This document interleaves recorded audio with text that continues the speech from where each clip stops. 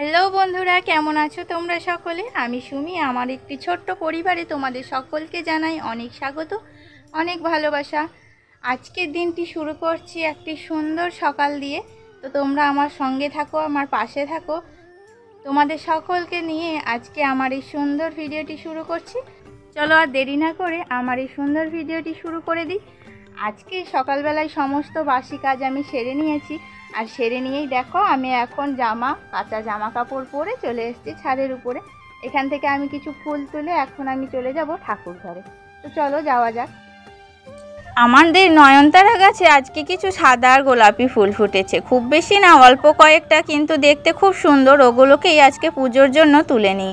আসলে নিত্য পূজা বেশি ফুল না লাগলেও চলবে, অল্প কয়েকটাতেই হয়ে যাবে। ফুলগুলো তুলে দেখো চলে এলাম ঠাকুর ঘরে।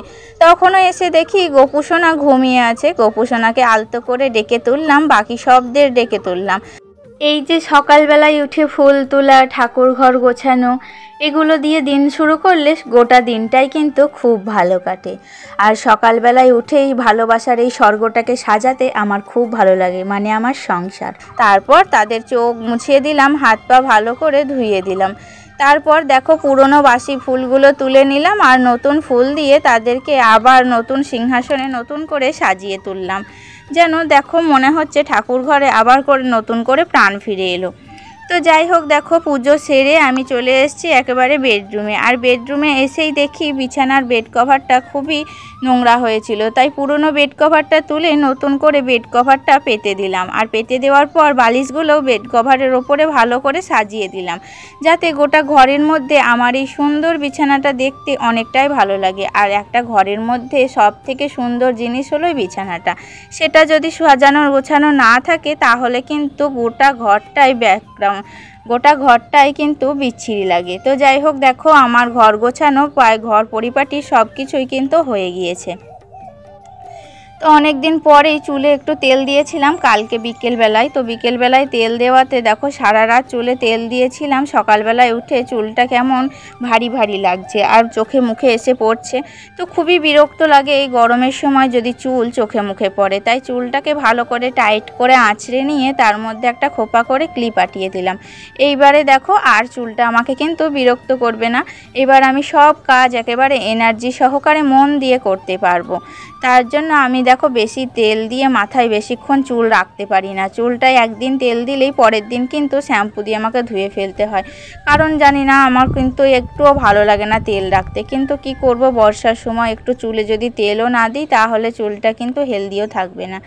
তো বাইরে আবহাওয়া বৃষ্টি হচ্ছে, কিন্তু দেখো ঘরের ভিতর সেই একই গরমটাই রয়ে যাচ্ছে। কারণ এত কাজ করার পর যখন এই গরমের সময় চুলটা মুখের ওপর পড়ে তখন কিন্তু অনেকটাই বিরক্ত লাগে, কাজে কিন্তু একটুও মন বসে না। বাড়ির সামনেই চলে এসছে মাছওয়ালা। তো আজকে বলে নয়, প্রতিদিনই আমাদের বাড়ির সামনেই সব কিছু চলে আসে। তো আলাদা করে আমাদেরকে আর বাজার যেতে হয় না, বাজার নিজেই যেন দরজায় এসে যায়। আজকে তো একেবারে বড়সড় একটা মাছ নিয়েছি, দেখতেই পাচ্ছ। এখন মাছটাকে আমি ভালো করে কেটে নেব। আর পরিষ্কার করাটাও কিন্তু এক ধরনের আর্ট। এইভাবে ধুয়ে নিলে মাছটা শুধু পরিষ্কারই হয় না, রান্নার সময় খুব মজাদার টেস্টও হয়।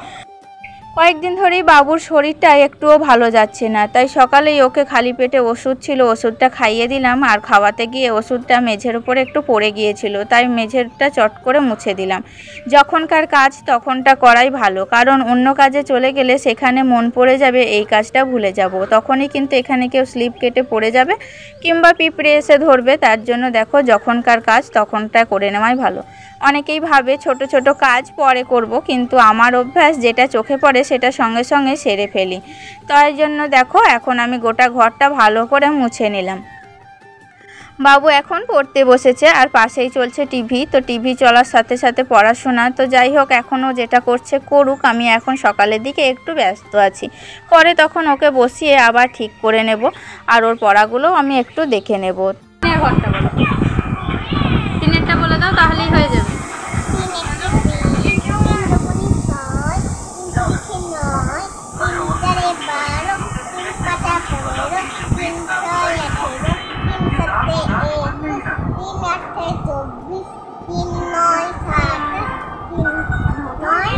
তিন দশে বাহ। তো যাই হোক দেখো টিভিতে এখন চলছে মোটু পাতলু, তো তোমাদের সকলের হয়তো জানা, তো এইটা হচ্ছে বাচ্চাদের খুবই প্রিয় একটা কার্টুন। তো যাই হোক সেই রকমই বাবুরও একটা প্রিয় কার্টুন। আর এখানে বাবু আমাদের পাড়ায় খুব একাই একটা ছোট বাচ্চা, ওর বয়সে আর কোনো বাচ্চা নেই, তাই সারাদিন ওর সময় কাটে না, তাই এটা ওটা নিয়ে পড়ে থাকে। আর মাঝে মাঝে আমরাও সময় দেওয়ার চেষ্টা করি, কিন্তু সব সময় তো হয়ে ওঠে না, কারণ আমাদেরও বিভিন্ন রকম কাজ থাকে। তাই হোক ওইটা দিয়েই ও আজকে দিনটা চালিয়ে নেক। দেখো আমি একটা আমকে আজকে খুব সুন্দর করে নকশা করে কেটেছি। তো ছোটোবেলায় ভাবতাম এরকম নকশাবাজি কোনো মেশিন দিয়ে করে, কিন্তু এখন কিন্তু দেখো মনে হচ্ছে না সেই রেসিপিটা আমি কিন্তু নিজেই পারছি। যাই হোক আজকে এই আম দিয়ে আমি একটা রেসিপি বানাবো, তো সেটা হচ্ছে মিল্ক শেক, যেটা বাবুকে এখন আমি খাইয়ে দেব। এটা খেলে কিন্তু অনেকক্ষণ পেটটা ভরে থাকে, আর পেটটা ভরে থাকলে ও কিন্তু মন দিয়ে খেলাধুলাও করতে পারবে। আর আমার কাছে ড্রাই ফ্রুটস বলতে শুধু কাজু বাদামটাই ছিল, তোমরা চাইলে অন্যান্য ড্রাই ফ্রুটস আর আম দিতে পারো। আর দুধটাকে একটু ক্ষীরের মতো গরম করে নিয়েছি, আর তোমরা চাইলে চিনিও দিতে পারো। তো যাই হোক মিল্ক শেক আমার রেডি হয়ে গেছে। অল্প একটু করেছিলাম, বেশি করিনি, বাবুর মতোই কেবল, আর খুবই পুরোপুরি করেছিলাম, বেশি পাতলাও করিনি, পাতলা হলে বেশি হয়ে যাবে। তারপরেই দেখো তোমাদের দাদা ভাই এখন বেরিয়ে যাচ্ছে কাজে, তো ওর কাজে চলে যায়, আর আমি কিন্তু আমার মতো লেগে পড়ি আমার সংসারের নিত্য প্রয়োজনীয় কাজগুলোতে। আজকে শিলনোড়াতে ভাবছি মশলা বাটবো। শিলনোড়ায় মশলা বাটলে কি হয় বলো তো, অনেকটাই আলাদা ধরন স্বাদ চলে আসে। শিলনোড়ার বাটার একটা টেস্ট আলাদা, একেবারে অন্যরকম। যেটাই রান্না করি না কেন এই মশলা দিলে আলাদা একটা ফ্লেভার আসে। এইদিকে দেখো আমি কচুর আর পইডাটা দিয়ে যে একটা তরকারি বানিয়েছিলাম সেটাও কিন্তু হয়ে গিয়েছে, তাই রান্নাটা একেবারে রেডি হয়ে যাওয়ার পর নামিয়ে ফেললাম। তারপরে মাছটা আর সর্ষে মাছটা করে নিলেই রান্নাবান্না আমার কমপ্লিট। তো যাই হোক দেখো কি কি রান্না করেছি তোমাদের সাথে শেয়ার করি। এখানেই দেখতে পাচ্ছ পাতলা করে মাছের ঝোল করেছি, আর এখানে পাতলা সবজি দিয়েও একটা ঝোল করেছি, সর্ষে মাছ, আর করেছি এখানে কচু আর পইডাটার একটা তরকারি। আর মাছের যে ডিমটা পেয়েছিলাম সেটা আজকে বড়া ভাজলাম না, মাছের ডিমের বড়া ভাজা একটু বেশি ঝামেলা আছে, তার জন্য আজকে আর করলাম না। আর অল্প একটু ডিম, তাই ভাবলাম তেলের মধ্যেই দিয়ে দিই, তাই এটাকেও আজকে ভেজে নিয়েছি। আর পাশে আছে চাটনি। তো যাই হোক দেখো হঠাৎ করেই রান্নাবান্না শেষ হতেই আকাশটা কালো হয়ে এলো, চারিদিকে মেঘ জমে উঠেছে। তো আমি তো ভাবতেই পারিনি বৃষ্টি চলে আসবে। তো নিচেতলা থেকে তিনতলা যেতে যেতেই জামা কাপড়গুলো অর্ধেক ভিজে গিয়েছিল। তাই হোক দেখো আমি এখন তুলে নিয়েছি জামাগুলো, তো এখন মনে হচ্ছে আরও বৃষ্টি জোর দিয়ে আসবে। তো যাই হোক বন্ধুরা, আবার দেখা হবে নতুন ভিডিওতে। আজকের মতো এতটুকুই, আবার নতুন কোনো ভিডিও নতুন কোনো দিন নিয়ে আমি আবার হাজির হব তোমাদের সাথে। তোমরা ততক্ষণ সবাই ভালো থেকো, সুস্থ থেকো। আর যদি আমার ছোট্ট ভিডিওটা ভালো লেগে থাকে তাহলে একটা ছোট্ট লাইক দিতে কিন্তু ভুলো না। টাটা।